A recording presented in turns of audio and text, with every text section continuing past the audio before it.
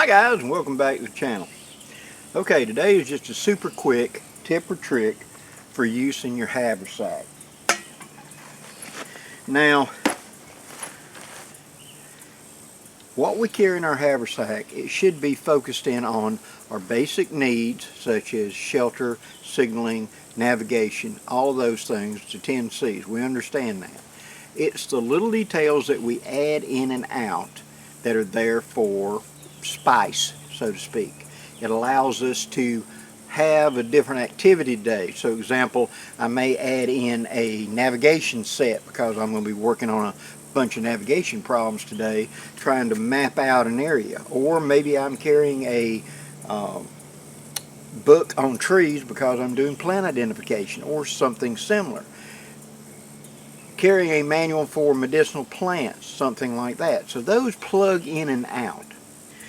One of the things that I like to keep in my haversack is just a small little, it's nice if I get there, is this. This is a micro fisher.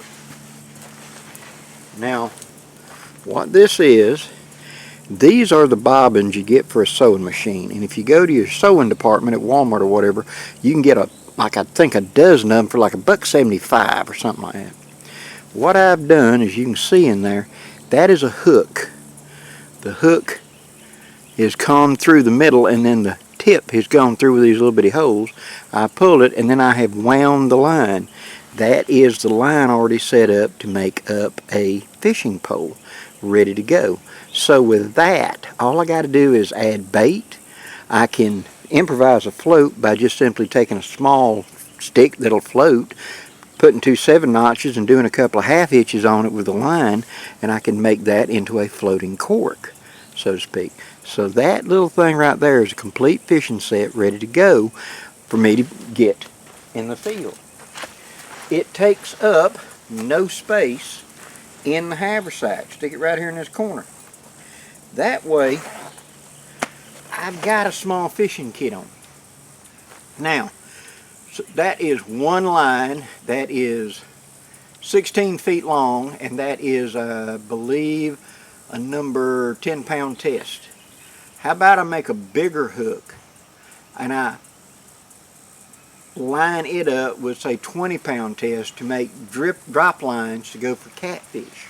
Or I cut me a nice small sapling and I can shorten that line down, see, just by merely spiraling the extra line around the pole itself up to the top and have a, say, 10-foot long line that I can flip cast up under cover along a creek bank. Well, Blackie, how about bait? Rotten logs, down dead trees.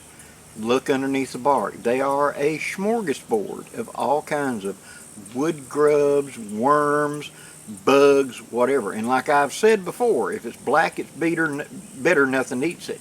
Which means that the bug is either A, black by natural, or it's been in woods that's got a lot of tannins in it, so it's bitter and the fish kind of avoid it.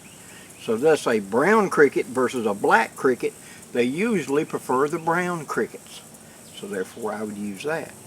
So I can scavenge up bait if I find a body of water that's easy to do. Without having to carry a reel or any of that stuff, I can take that and quickly rig up an improvised pole to just be flipping short range, 10, 12 feet out, something like that, in a piece of water, and maybe get me a meal.